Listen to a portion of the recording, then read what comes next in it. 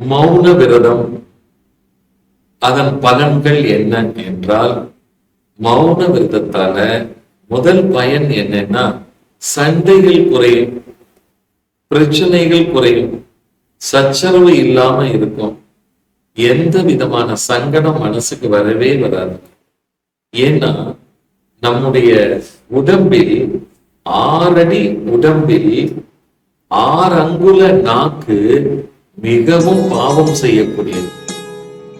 நல்லா கவனிச்சீங்கன்னா, வாழ்க்கையில நமக்கு எதனால் எந்த உறுப்பால் பாவம் அதிகமா வருதுன்னு நீங்க யோசிச்சா அது நாக்கை தவிர வேறு எதுவுமே இருக்காது.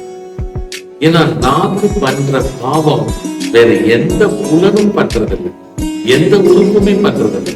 அதனால நிமிஷத்துக்கு நிமிஷம், நொடிக்கு நொடி, மணிக்கு மணி நாம எதனால் பாவம் செய்கின்றோம் என்றால், நாவால், நாவின் பேச்சால், பேச்சின் பிரச்சனைகளால் நாம டெய்லி பாவம் பண்ணிட்டு தான் இருக்கோம். இப்ப அதுல இருந்து விடுபடணும்னா நாம ஒரு நாளைக்கு 1 மணி நேரமோ அல்லது வாரத்திற்கு 1 நாளோ மௌன விரதம் இருத்தல் நம்முடைய புத்தி தெளிவுக்கும், மனம் தெளிவுக்கும், ஆன்ம தெளிவுக்கும் நிச்சயமாக நன்மை செய்யும்.